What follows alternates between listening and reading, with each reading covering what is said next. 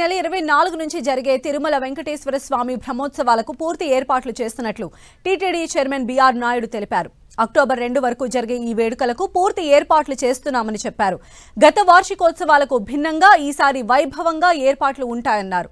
వార్షిక బ్రహ్మోత్సవాల్లో సాంకేతిక పరిజ్ఞానాన్ని వినియోగించుకుంటున్నామని, ఇస్రో సాయంతో శాటిలైట్ ద్వారా క్రౌడ్ మేనేజ్మెంట్ చేయబోతున్నామని వెల్లడించారు. భక్తులకు ఇబ్బందులు లేకుండా ఏర్పాట్లు చేస్తున్నామని అంటున్న టీటీడీ చైర్మన్ బిఆర్ నాయుడుతో మా ప్రతినిధి Srinivas face to face. Tirumala Sri Venkateswara Swamy వారి వార్షిక బ్రహ్మోత్సవాలు ఈ నెల 24 నుండి అక్టోబర్ 2 వరకు తిరుమలలో అత్యంత వైభవంగా జరగనున్నాయి. ఈ బ్రహ్మోత్సవాల్లో మొట్టమొదటిసారిగా తిరుమల తిరుపతి దేవస్థానం సాంకేతిక పరిజ్ఞానాన్ని ఉపయోగించుకొని, అంటే ఇస్రో సేవలు, మరోవైపు ఎల్ఎన్టీ సేవలు ఉపయోగించుకొని ఈ బ్రహ్మోత్సవాలు విజయవంతం చేయడానికి ప్రయత్నాలు చేస్తోంది. ఈ 9 రోజుల పాటు ఉత్సవాలు ఎలా జరుగుతాయో మనతో చైర్మన్ బిఆర్ నాయుడు గారు ఉన్నారు. వారిని అడిగి తెలుసుకుందాం. సార్, చెప్పండి, ఈ బ్రహ్మోత్సవాలను ఈ 9 రోజుల పాటు వేడుకగా నిర్వహించుకోబోతున్నారు. ఏ రకంగా ప్రణాళికలు సిద్ధం చేశారు సార్? ఓం నమో వెంకటేశాయ. ప్రణాళికలు అనేవి పకడ్బందీగా ఉన్నాయి. భక్తులకి ఏం సౌకర్యాలు కావాలో అవన్నీ కూడా చేస్తాం. గత 2 నెలల నుంచి ప్రణాళికలు రచిస్తున్నారు. ఏ విధంగా ఉండాలి, ఎలా ఉండాలి, క్రౌడ్ మేనేజ్మెంట్ ఎలా ఉండాలి, వెహికల్ మేనేజ్మెంట్ ఎలా ఉండాలి, అదేవిధంగా చిన్నపిల్లలకి జియో ట్యాగ్ ఎలా చేయాలి, ఇవన్నీ కూడా సీసీ కెమెరాలు ఎక్కడెక్కడ పెట్టాలి, ఎల్ఈడి స్క్రీన్స్ ఎక్కడ పెట్టాలి, ఇవన్నీ ప్రణాళికలు రచించుకున్నాం. దాని ప్రకారంగా ఏర్పాట్లన్నీ కూడా పూర్తిగా వస్తున్నాయి. కాబట్టి భక్తులు వచ్చి దేవదేవుడిని దర్శనం చేసుకొని అన్నప్రసాదాలు తీసుకొని వెళ్ళమని చెప్పి మీ ద్వారా యావత్ బంధువులకి, భగవద్బంధువులందరికీ కూడా విజ్ఞప్తి చేస్తాం. బ్రహ్మోత్సవాల్లో మొదటి రోజున రాష్ట్ర ముఖ్యమంత్రి వర్యులు నారా చంద్రబాబు నాయుడు గారు ప్రభుత్వం తరపున పట్టు వస్త్రాలు సమర్పిస్తారు. ఆ రోజు ఎటువంటి ఏర్పాట్లు ఉండబోతాయి? ఆయన ప్రత్యేకంగా ఏర్పాట్లు చేసి ఆయనకి ఇంపార్టెన్స్ ఇస్తే ఆయన ఒప్పుకోడు. ఆయన ఎప్పుడు కూడా మహాద్వారం నుంచి పోలే. ఆయన కొన్ని నియమ నిబంధనలు ఆయనే నియంత్రించుకున్నాడు. కాబట్టి సింపుల్ గా వస్తారు, సింపుల్ గా పట్టు వస్త్రాలు సమర్పిస్తారు, సింపుల్ గా వెళ్ళిపోతారు. ఉపరాష్ట్రపతి గారు కూడా రాబోతున్నారు. మరి వాటి ఏర్పాట్లు కొంచెం చేయాల్సి వస్తుంది. బ్రహ్మోత్సవాల్లో అత్యంత ముఖ్యమైన ఘట్టం గరుడ సేవ. ఆ రోజున లక్షలాదిగా తిరుమలకి భక్తులు తరలి వస్తారు. ఆ రోజు వేలాది మంది స్వామివారి గరుడ సేవ వీక్షించడానికి ఉంటారు. వాళ్ళ కోసం ఎటువంటి జాగ్రత్తలు తీసుకుంటున్నారు సార్? సుమారు 8 నుంచి 10 గంటలు స్వామివారు ఈ మాడ వీధుల్లో ఊరేగిస్తారు. కాబట్టి ఎన్ని లక్షల మంది వచ్చినా కానీ ఈజీగా దర్శనం చేసుకొని పోవచ్చు. ఏదో ఒక అరగంట లేదా గంట కాదు, సుమారు 8 నుంచి 10 గంటల వరకు ఆ మాడ వీధుల్లో ఊరేగింపు ఉంటుంది. కాబట్టి ఎక్కడ ఇన్ను ఎక్కడ అవుట్ అనేది ఒక రోడ్ మ్యాప్ తీసుకున్నాం. కాబట్టి వచ్చి దర్శనం చేసుకొని పోయే వాళ్ళు పోతూనే ఉంటారు.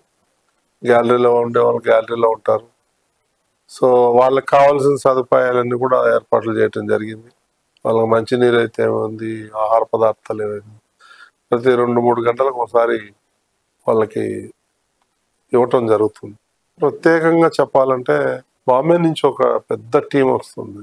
ఆ టీం ద్వారా ఒక 10 ఎపిసోడ్లు ఈ బ్రహ్మోత్సవాల గురించి డాక్యుమెంటరీ ఫిలిం తీయాలని నిర్ణయం తీసుకున్నాము. ఆ డాక్యుమెంటరీ నా భూతో నా భవిష్యత్ లాగా ఉండబోతుంది. అన్ని అధికారాలు, ఆల్ రైట్స్ టీటీడీకే ఉంటాయి. తరతరాలకి గుర్తుండేలాగా చేసి దాన్ని స్టోర్ చేద్దాం అనుకుంటున్నాం.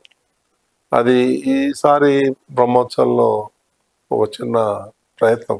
ఇస్రో శాటిలైట్ ద్వారా మీరు బ్రహ్మోత్సవాలు మానిటర్, అంటే క్రౌడ్ మేనేజ్మెంట్ ఇవన్నీ చేయబోతున్నారు. అదేవిధంగా ఎల్ఎన్టీ కుంభమేళాలో ఏదైతే ట్రాఫిక్ ని ఇవన్నీ నియంత్రించే అటువంటి సంస్థలతో ఫస్ట్ టైం చేయబోతున్నారు. అంటే ఈ రకమైన ఆలోచన మీకు ఎలా కలిగింది? అది వాళ్ళే అప్రోచ్ అయ్యారు టీటీడీ అధికారులని.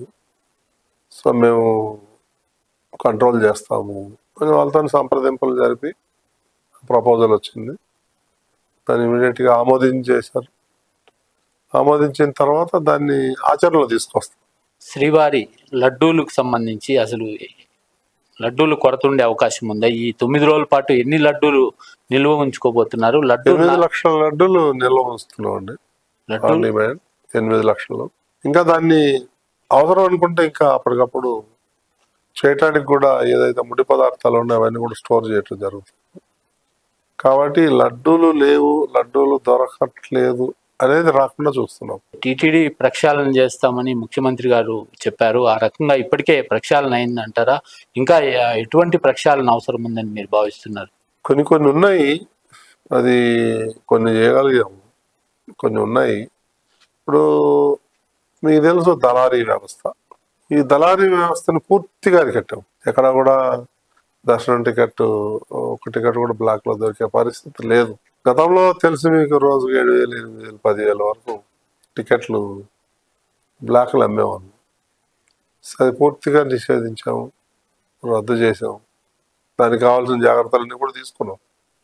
అంటే కామన్ పబ్లిక్ ఎవరైతే ఉన్నారో సామాన్య భక్తులకు పెద్ద పెట్టేయటం జరుగుతా ఉంది. ఎలాంటి ఇబ్బందికరమైనటువంటి సంఘటనలు జరగకుండా కట్టుదిట్టమైనటువంటి ఏర్పాట్లు చేస్తున్నాం.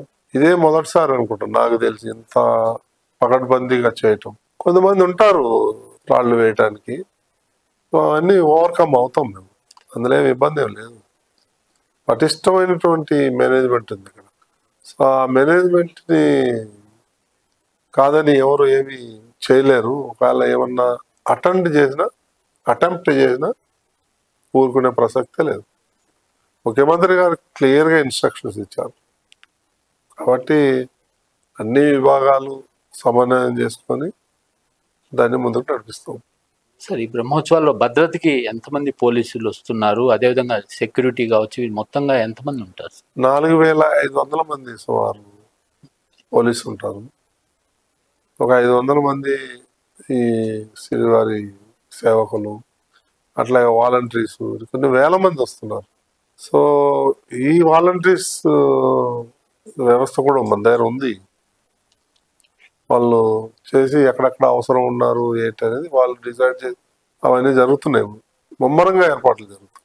తొలిసారి ఈ బ్రహ్మోత్సవాల్లో ముంబై నుండి ఒక సంస్థ వీడియో చిత్రీకరణ చేయబోతుందని, అయితే ఆ వీడియో చిత్రీకరణ మొత్తం కూడా భవిష్యత్ తరాలకు అందే విధంగా కూడా తాము కృషి చేస్తున్నామని, బ్రహ్మోత్సవాలను అత్యంత విజయవంతంగా నిర్వహించడానికి అన్ని ఏర్పాట్లు పూర్తయ్యాయని చైర్మన్ బిఆర్ నాయుడు గారు చెప్తున్నారు. కెమెరామెన్ బాలుతో శ్రీనివాస్, 10 టీవీ, తిరుమల.